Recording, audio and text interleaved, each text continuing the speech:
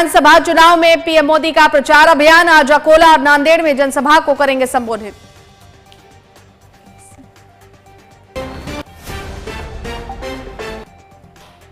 झारखंड में गृह मंत्री अमित शाह का कार्यक्रम। पलामू, हजारीबाग और पोटका में जनसभा को करेंगे संबोधित। जमशेदपुर में करेंगे रोड शो। आप संयोजक अरविंद केजरीवाल के पंजाब दौरे का आज दूसरा दिन। चब्बेवाल और डेरा बाबा नानक में करेंगे प्रचार। सीएम मान भी रहेंगे मौजूद।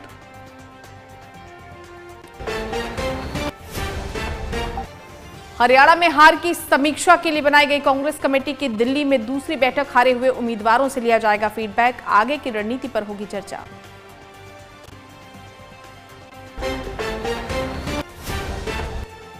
यूपी उपचुनाव को लेकर सीएम योगी का चुनाव प्रचार। अलीगढ़ और कानपुर में करेंगे जनसभा को संबोधित। मैनपुरी में भी होगा चुनावी कार्यक्रम।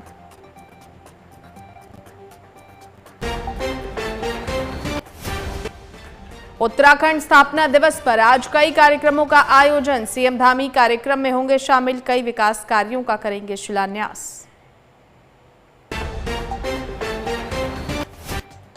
हिमाचल में समोसे पर सियासत जारी। पूर्व मुख्यमंत्री जयराम ठाकुर ने कार्यकर्ताओं के साथ की समोसा पार्टी। बीजेपी युवा मोर्चा शिमला में निकालेगी समोसा मार्च।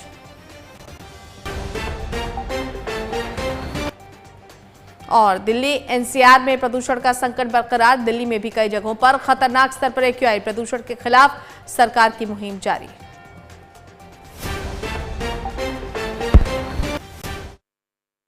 किस भाव के साथ हम सबको एक नई प्रेरणा प्रदान करता है।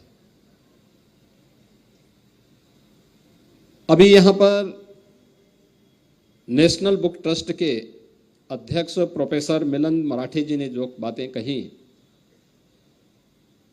एक चैलेंज हम सबके सामने जरूर आया है। और वो आया है कि आज के इस डिजिटल युग में हम अधिकाधिक स्मार्टफोन में कैद होकर के रह गए हैं। टेक्नोलॉजी का इस्तेमाल पहले मनुष्य करता था, अब वहां उस स्थिति पर हम पहुंच रहे हैं जब टेक्नोलॉजी हमारा इस्तेमाल करने लग गया है और हमें इससे बचना होगा। एक एवरेज युवा के 24 घंटे के कार्यक्रमों को अगर हम देखते हैं तो लगभग उसके 6 घंटे अपने स्मार्टफोन पर या डिजिटल प्लेटफॉर्म पर व्यतीत होते हैं। यानी वह अपने जीवन का एक चौथाई हिस्सा वह अगर किसी सार्थक प्रयास के लिए लगाएं तो उसके लिए भी, उसके स्वास्थ्य के लिए भी और समाज और राष्ट्र के लिए भी उपयोगी हो सकता है। और यही कारण है अच्छा लेखन, उन अच्छे लेखकों की कृतियों के प्रति आम जनमानस का जो रुझान होना चाहिए, उस रुझान में कमी देखने को मिली है। हमें फिर से ऐसी कालजयी रचना को आगे बढ़ाने के लिए लेखकों को भी प्रोत्साहित करना होगा और साथ साथ पाठकों को भी उसके प्रति जोड़ने के लिए तैयार होना होगा। और इसीलिए मैंने अभी कुछ देर पहले जब हम लोग यहां पर बच्चों के साथ मेरा संवाद चल रहा था तो मैंने उनसे यही कहा, प्रयास होना चाहिए परंपरागत पाठ्यक्रम के साथ साथ कुछ ऐसी रचनात्मक पुस्तकों को भी हम बच्चों को दें जो उसके मन में एक नई भावना का जागरण कर सके। याद रखना, भारत की जो परंपरा थी मूल रूप से वह श्रुति परंपरा थी, श्रवण की परंपरा थी। एक कालखंड के बाद हमारे ऋषि परंपरा को इस बात का एहसास हुआ होगा कि एक समय ऐसा भी आएगा कि जब लोग इस परंपरा के प्रति उतना आग्रही न बन पाए तो यही लखनऊ के पास सीतापुर के नैमिषारण्य में भारत की पूरी वैदिक ज्ञान की परंपरा को हजारों ऋषि मुनियों ने अपने चिंतन से, अपने मनन से एक लिपिबद्ध स्वरूप दिया था और नैमिषारण्य एक तीर्थ के रूप में विकसित हुआ। आप याद करिए, भारत की वैदिक ज्ञान की परंपरा को जिस भूमि पर लिपिबद्ध किया गया वो आज हमारे लिए एक तीर्थ बन गया। लेकिन एक लेखक अच्छी कालजयी रचना देता है तो हम उसके प्रति सम्मान का भाव व्यक्त नहीं कर पाते। उसकी कृति को घर घर तक पहुंचाने का जो कार्य होना चाहिए वह हम लोग करने में कोताही बरतते हैं। भारत की परंपरा तो इसके साथ जुड़ी रही है। हमारे यहाँ श्रवण, मनन और निधिध्यासन की एक परंपरा रही है, यानी सुनना, फिर उसका मनन करना और फिर उसका जो अच्छा है उसको अपने जीवन में आचरित भी करना। इस महान परंपरा के हम वारिस हैं और उस परंपरा को विस्मृत करके हम लोग जिस डिजिटल युग की तरफ जा रहे हैं, टेक्नोलॉजी का उपयोग हम करें, यह अच्छी बात है, लेकिन टेक्नोलॉजी हमारा इस्तेमाल करने लग जाए और हम टेक्नोलॉजी के दास बन जाएं, यह किसी भी देश और समाज के लिए अच्छा नहीं है। और इसीलिए प्रधानमंत्री जी ने एक बात कही, और वह बात उन्होंने कही कि when citizens read the country leads, यानी जब लोग पढ़ते हैं तो देश बढ़ता है, आगे बढ़ता है।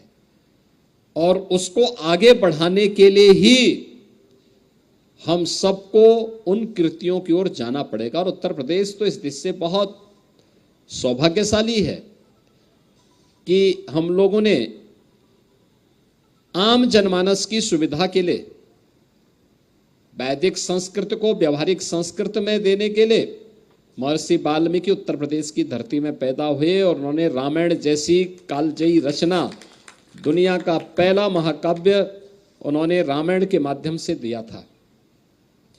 समय के अनुरूप जब लोगों को लगा कि नहीं, अब संस्कृत के अलावा और भी व्यवहारिक चीज आनी चाहिए, तुलसीदास जी के बारे में कहते हैं कि तुलसीदास जी ने जब रामायण की रचना संस्कृत में करनी प्रारंभ की तो जितना लिखते थे उतना गायब हो जाता था।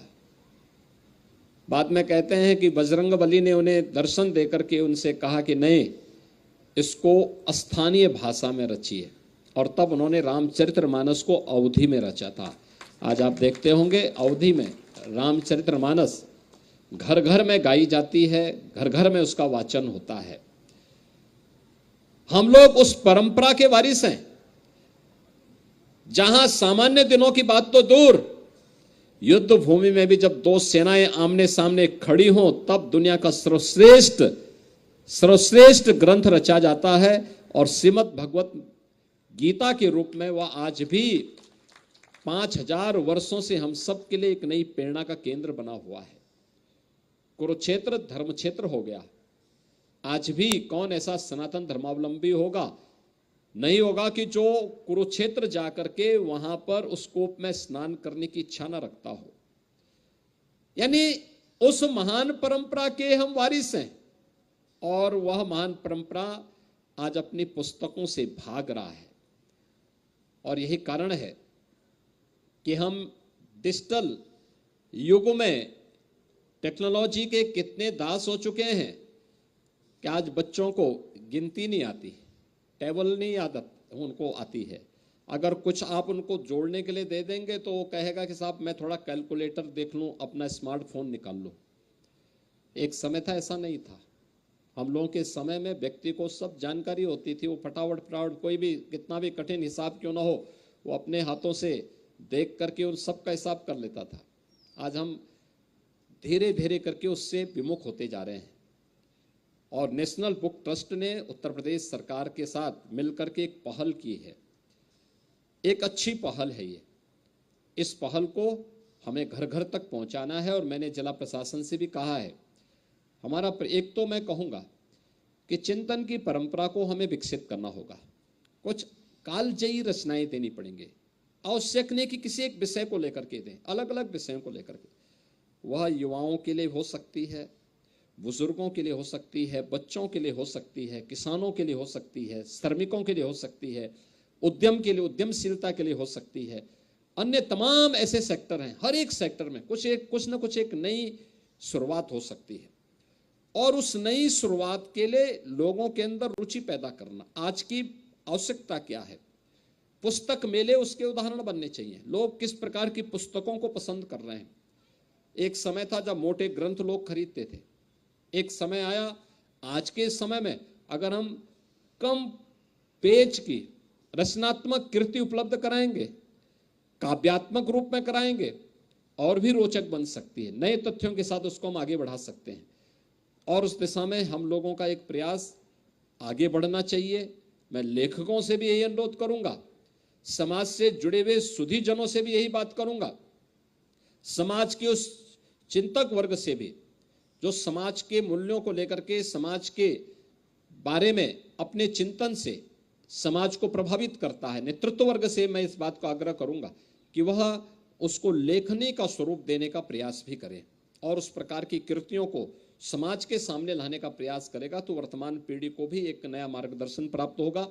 नेशनल बुक ट्रस्ट ने पहल प्रारंभ की है। लखनऊ में 30वां संस्करण गोमती नदी के तट पर गोमती पुस्तक महोत्सव के रूप में है।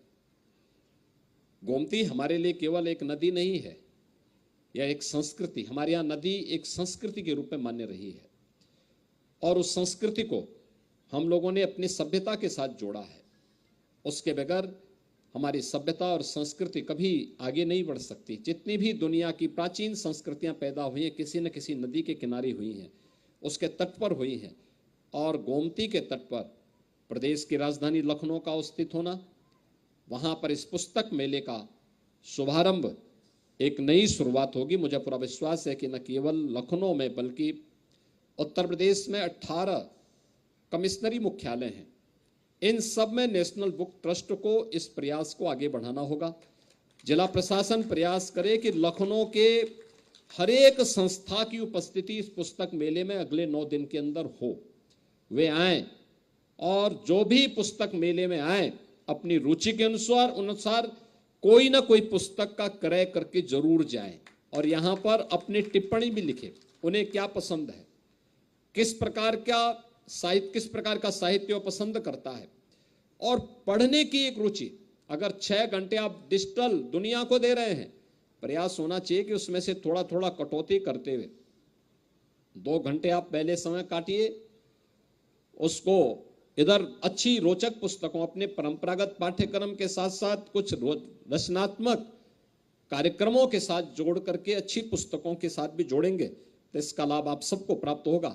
मुझे पूरा विश्वास है कि यह गोमती पुस्तक महोत्सव अपनी ऊंचाइयों को प्राप्त होगा और उत्तर प्रदेश की आबादी के अनुरूप देश के सबसे बड़े पुस्तक मेले के रूप में हमें इसे आगे बढ़ाना होगा।